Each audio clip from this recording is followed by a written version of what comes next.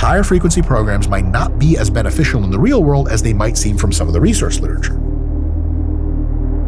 Hey folks, Dr. Mike here for Renaissance Periodization. Why lower frequencies might be better for growth than a surface level analysis may indicate to you. What a fun video topic for all of us muscle nerds. Let's talk about optimizing training frequency. If you just look at the research by itself, as the nerd that you are, it looks like higher training frequencies are superior for muscle growth than lower training frequencies on average.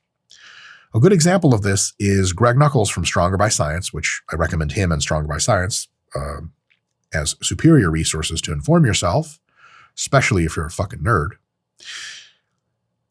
Greg did an older review of the literature on this. It's now a few years old.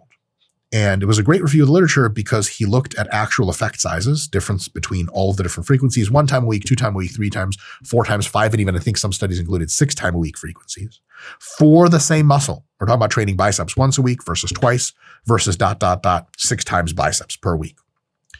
And what Greg found was that the more frequency you do on average, the more muscle you grow over the span of a few months, because that's how long most of the studies are. What he also found was the difference between training once a week and twice a week was really big. The difference between training twice a week and 3 times a week was not so big. The difference between training 3 times a week and 4 times a week was very, very small. The difference between 5 and 6, 4 and 5, etc., was either undetectable or basically like we can't even confidently say there's a difference here anymore. A lot of other reviews didn't find such an asymptotic relationship. They found that generally 2x was superior to 1x, but anything 2x plus was roughly the same. But most of those lit reviews did volume equating, which means that they looked at training people twice a week versus training them 3 times a week for the same muscle, but the amount of total sets per week they did was the same. The problem is that really undercuts the value of high frequency training. One of the values of high frequency training is because you're doing less each time, you never accumulate a crap load of fatigue from any given session, and thus you can do more frequent sessions. And the addition of those frequent sessions together, your overall weekly volume that you can do is bigger. So for example, if twice a week training, high quality, great training, you can do 25 sets total. You may be able to do a high quality 30 sets total with 3 times a week. And with 4 times a week, you might be able to do 40 high quality sets total. Then it's like, or even let's call it, 38 or something. Well, 38 sets for 4 times a week is a shitload more sets than 25 sets twice a week. But if you say, look, if we do the study, both groups have to have 25, well, then you're undercutting the value of the high frequency group. Like that's not really fair. So I thought Greg's review was really, really fair in the sense that it treated the frequencies and the volumes organically, ecologically, saying, look, if you're training for higher frequency, it's implied that you're going to be able to put in more volume because that's really how the real world works. So in that case, high frequency, in my estimation, does have a theoretical upside and an empirical upside if properly studied to lower frequency training in the scientific literature. But this logic is sound, but some compelling ideas may hem in the logic a bit for the real world, because if we start out with just scientific studies, they say this, maybe we hem this in a little bit to give you a bit more of a constrained but more accurate view about what really is likely to happen in the real world. And I can think of at least 6 reasons why higher training frequency may be, for optimum result, may be a little bit lower than we think just from this kind of evidence. First, deloads have to be integrated in the real world. Most training studies don't use deloads because you're using participants that are too weak, being trained too infrequently, or just not trained for long enough to even accumulate needed amount of fatigue to require deloading. But the rest of us that live in the real world and train in the real world, every 4 to 8 weeks or so, we're going to need a deload. Here's the thing. If you train 3 times a week really hard, you might need to deload once every 4 weeks. If you train hard twice a week, you might not accumulate as much fatigue because your total volume is lower. And because you train fresher every time, if you train 4 versus 2 times a week, then actually your intensity is higher, like your load is higher. You, in a high frequency condition, both lift heavier in every session and do more sessions, and there's more volume total over the week. That tends to crush you much more. Maybe you'll need to deload instead of every 4 weeks with a high frequency condition 3 times a week. If you train 2 times a week, you might only need to deload once every 6 weeks. And then so the total frequency of that entire mesocycle isn't just the accumulation phase, which is 3x versus 2x, it's the accumulation plus deload. And if you have more deloads training with higher frequency, over the course of, let's say, a year, the number of effective sessions you get is actually smaller than you would think with a higher frequency, still higher than the lower frequency, but not by as much because the deloading has to be more frequent. Deloads count. If you spend a quarter of a year deloading, then versus another program where you spend a third of the year deloading, if you go 2 weeks up, 1 week down, because each of the 2 weeks is 6x a week, 6x a week, 2x a week on the deloads, the average isn't that you train 6 times a week. It's much more now that you train like 4 times a week or something. But if you train 4 times a week, your deloads need to be interspersed much greater. And then so you still have higher frequencies with higher frequency, but not as much. Point number 2. Untrained subjects are the vast majority of the people being trained here in these studies and studied in these studies. They count for less. They just don't count for as much inferential power to the rest of us who, well, train, and it's probably not our first day of training. Most of the research is on looking at people that train between 0 and 3 years total.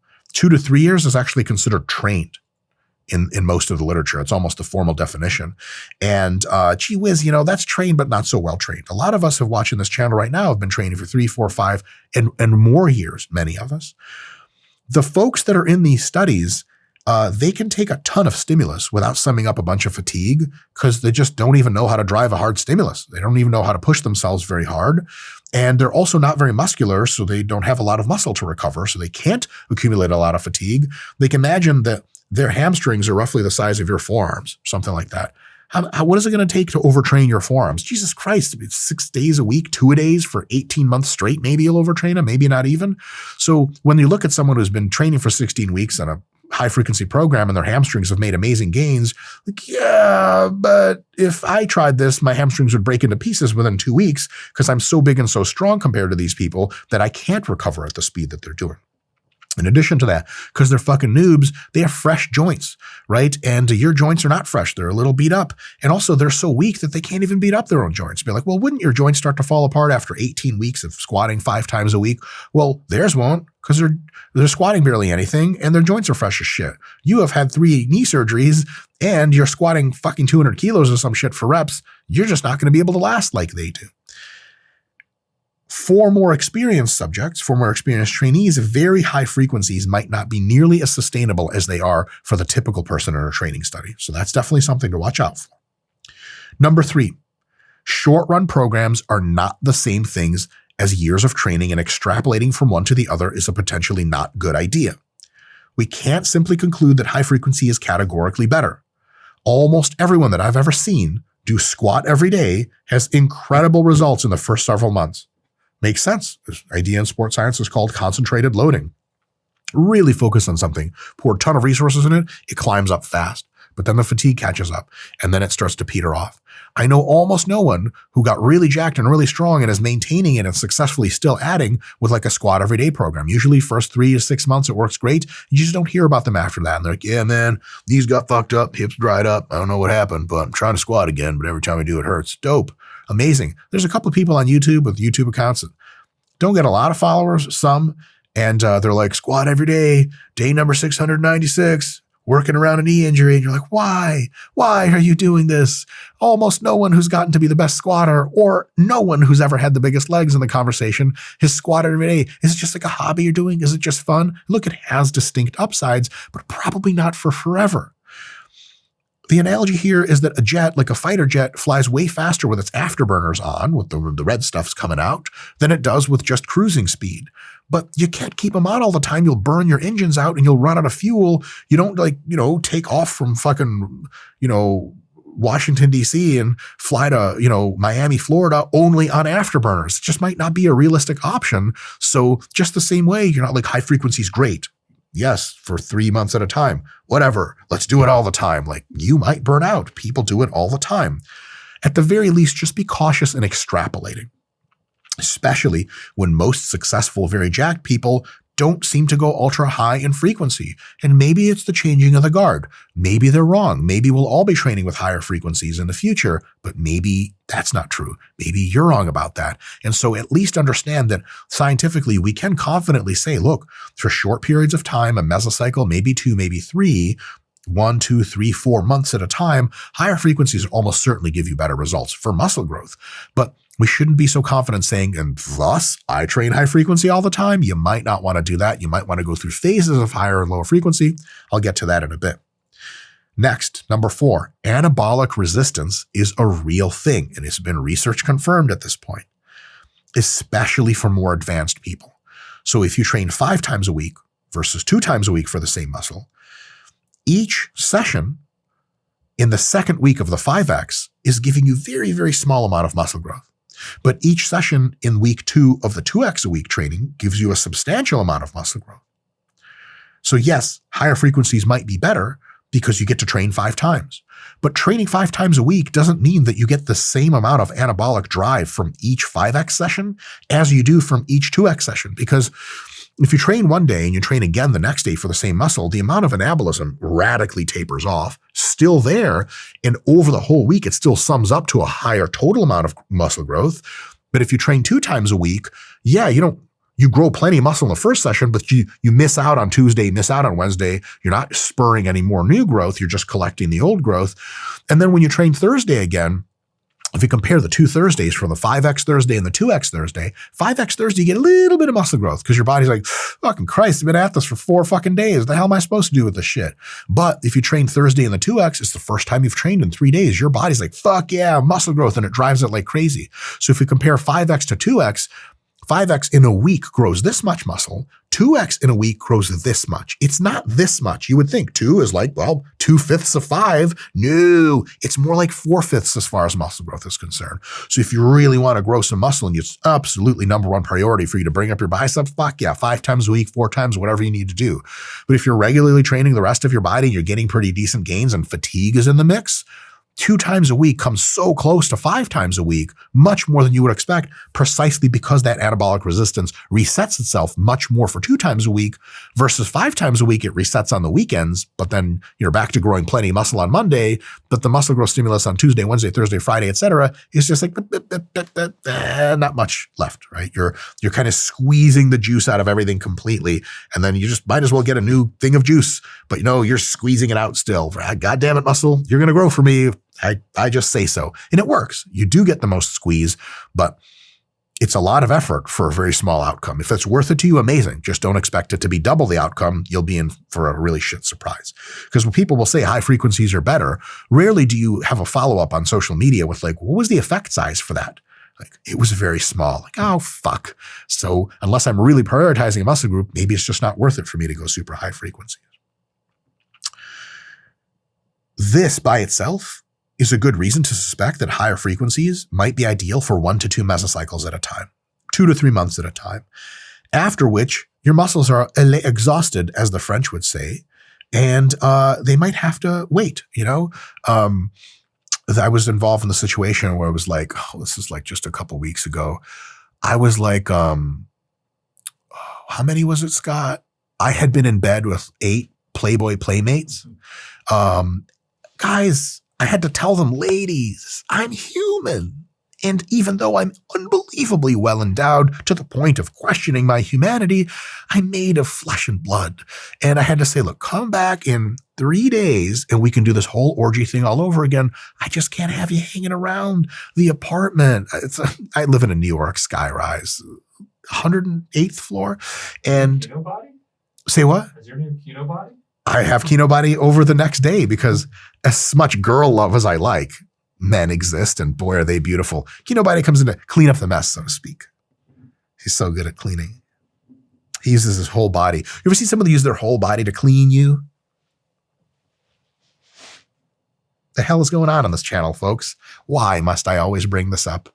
That's for you to answer in the comments. In any case, 2 to 3 months, go hard, high frequency, squeeze the toothpaste out of that shit. And then 2 or 3 months, pick another muscle group to do that to and leave that muscle group the fuck alone to 2 times a week training. You'll still get great gains, not the best gains. Your body will refresh, your mind will refresh, your joints will refresh, your anabolic resistance will drop, and then you can hit it again later with that same kind of concentrated loading. Next, to make an even bigger point of this, number 5, higher volumes and higher loads give you a less sustainable fatigue environment. And guess what higher frequency allows you to do? Higher frequency, by putting more sessions in the week, allows you to build up higher total volumes for the week. And because You come in fresher each time, you can even have higher loads. How the fuck does this work? Let me explain to you.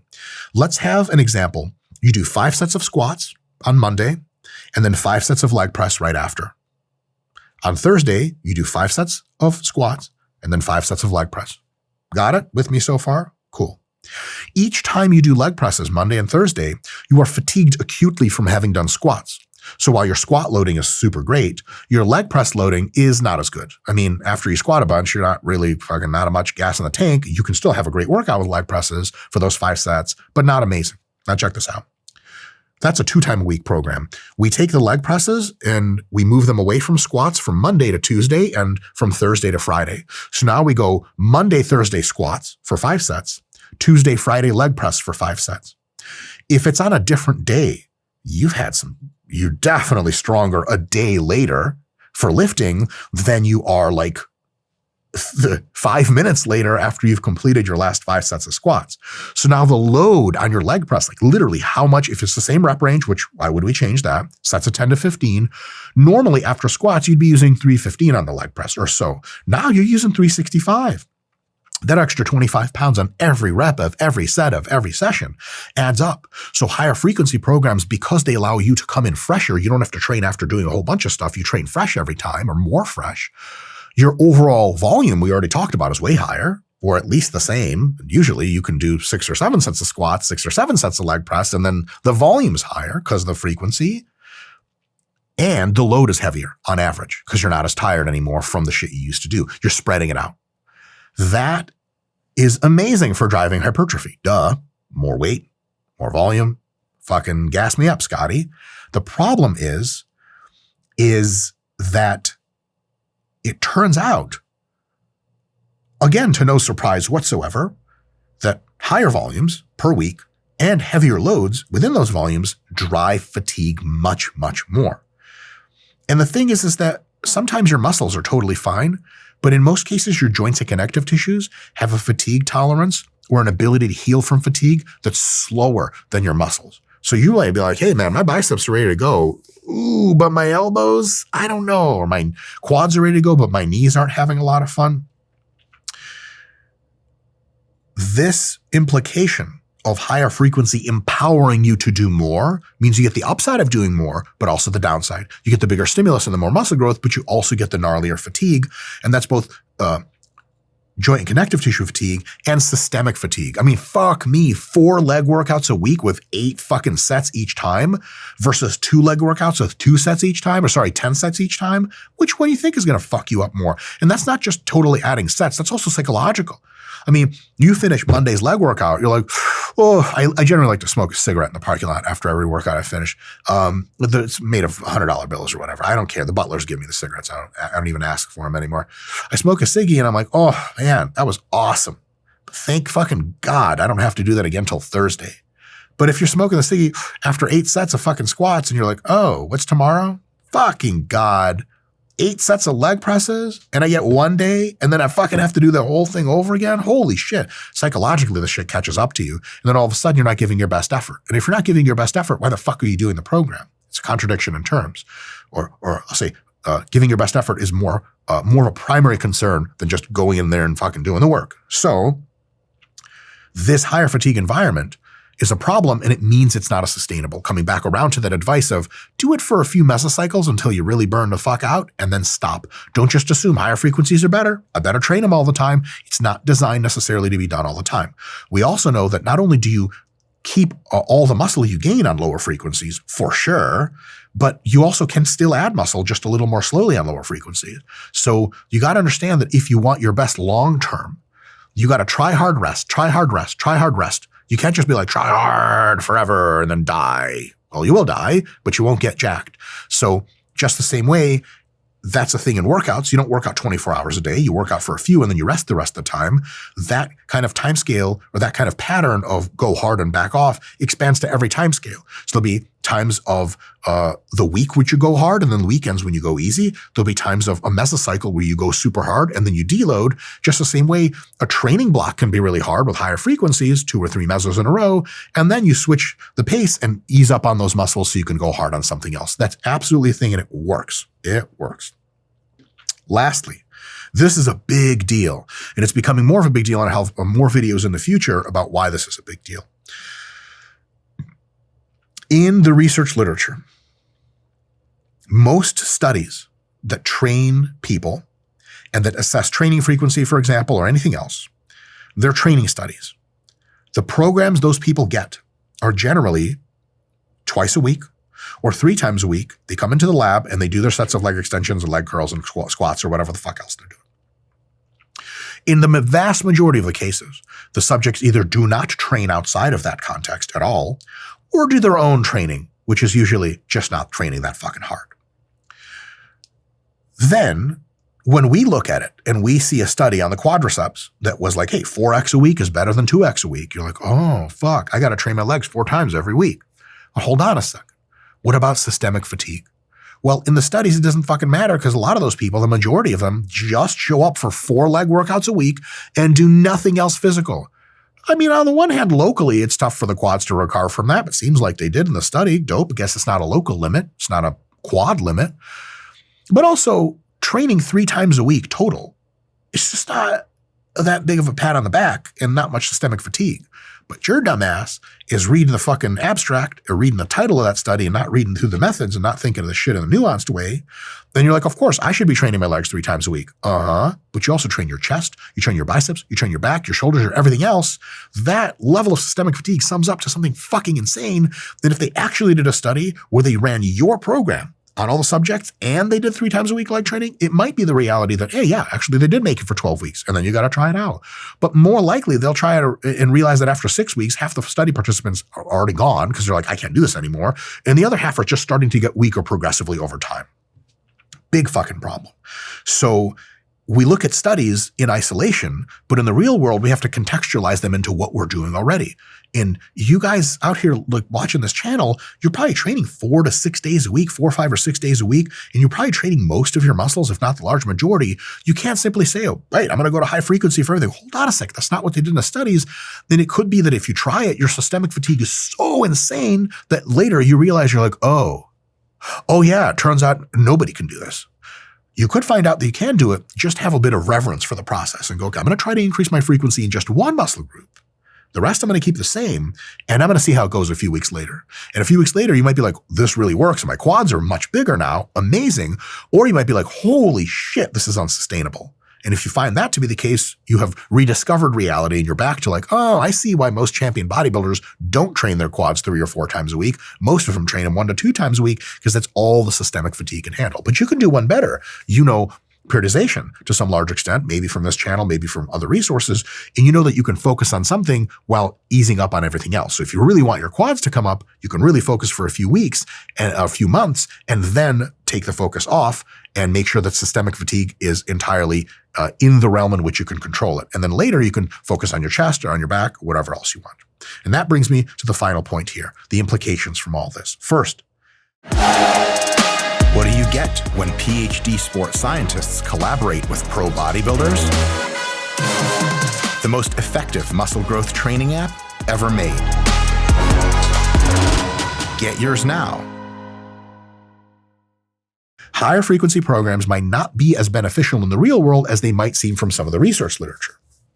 Which means that my take home from this, and you don't have to have your take home from this be this, just take it for what it is. I think 3 times a week is high frequency for most people. I think 2 times a week is normal. I think 1 time a week is low frequency. That's how I contextualize it. 5 or 6 times a week training can work for smaller muscle groups like forearms and side delts and biceps sometimes. But for like chest and hamstrings and back, it's just very unlikely you're going to be able to pound away 5 or 6 days a week for weeks and weeks on end and get your best results. That's ultra psycho high frequency. In the context of a total program, it just might be overkill. It might work for you. But if you're thinking of doing high frequency and you've never done it before, try 3 days a week for the shit, for like a muscle or 2 at a time. Don't go to 6 right away. That's insane. If you get great results from 3, way better than from 2, try 4 times next time. Go up nice and slow. If you're going to do this, I absolutely recommend a few mesocycles in a row, picking a few muscle groups at a time, going high frequency there, and then backing off, seeing how the results were, and then trying that on a few other muscle groups instead of just like switching to a high frequency training plan where you train every muscle in your body fucking 18 times a week or some shit like that. That's overkill. And lastly, watch your fatigue, especially your joints and connective tissues. If you're on the fucking hack squat in week 8 of a fucking legs every day program or 4 times a week legs, and I come chat with you because I see you at the gym and you're like, hey, you look like one of our subscribers. And you're like, well, gee whiz, mister, thanks for noticing me. And I'm like, it's not mister, it's doctor. It's just a respect thing, you know? I'm kidding. And I'm like, hey, how are you feeling on this plan? You're like, dude, fucking dope, man. I love it. I'm like, okay, yeah, your legs look bigger. You're like, thank you so much. How are your knees? You're like, ooh, not good. My knees, it just get worse every workout. What are you thinking? Where's that going to lead to? I'll tell you, because I've seen it a bunch. Your knees get fucked up. You have to go to 1 time a week with light weights. You start losing a little bit of muscle and then stabilize at 90% of what you had before. 3 months later, your knees heal completely and you're ready to do high frequency again. To get back up to 100%, to have the same cycle repeat itself. Don't overreach to that magnitude, especially not your joints and connective tissues. Your best high frequency program is one in which just in the tail end of the last 1 to 2 weeks of the entire block, 2 or 3 mesos of it, in the last 1 to 2 weeks of that program, your joints feel unsustainably fucked up. That's a great high frequency program because you know you're pushing it, but it's just for a few weeks that you're fucked up. You heal after a week or 2 of that shit, go back into normal volume training, everything heals completely after a few weeks later, and then boom, you're off to the races. A couple months later, you can repeat that process again. But if after 1 month of high frequency, when you have planned 3 more months, your joints are fucked up, where are you going? Where are you going? Nowhere. You're going to fucked up joints. And I'll tell you this, going hard in the gym means you squeeze the lifeblood out of your fucking muscles. Pain. But if your joints hurt, consistently, worse and worse over time, you're just being a fucking idiot. There's nobody's going to give you an award. You get 0 blowjobs from the prom queen. Scott, prom queen, is she still dressed with the crown and the sash? She's giving you the good old beej or heej in the motel room later? Or is she dressed in something else, or is she naked? I think I'd want her to keep it on. For the status. Yeah. My man. Someday I'll have sex with a pretty girl. But until then, I'll see you next time.